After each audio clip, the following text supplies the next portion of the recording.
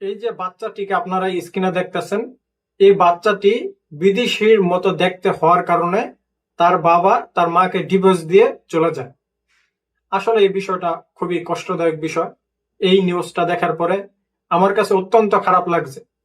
কারণ একটা বাচ্চা জন্ম হয়েছে, আল্লাহর সৃষ্টি, এটা কার মতো হয়েছে বা সন্দেহের বশত হয়তো ওই ব্যক্তি ওনার ওয়াইফকে ডিভোর্স দিয়ে চলে যায়, কিন্তু এটা করা একেবারেই উচিত হয়েছে না।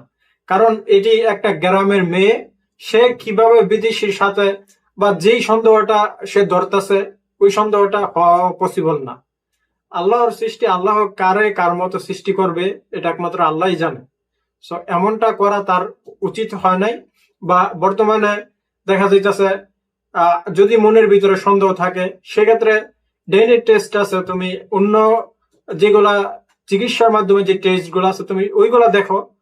তুমি এরকম একটা সিদ্ধান্ত নেওয়া কোনোভাবেই উচিত হয় নাই, এবং এই বাচ্চাটা সারাটা জীবন এই বাচ্চাটা কিন্তু কষ্ট হবে। দুইজন মানুষ সারাসারি হয়ে গেছে ঠিক আছে, কিন্তু এই বাচ্চাটা বাবা নাই, এবং বাবা থাকার শর্তেও বাবা নেই।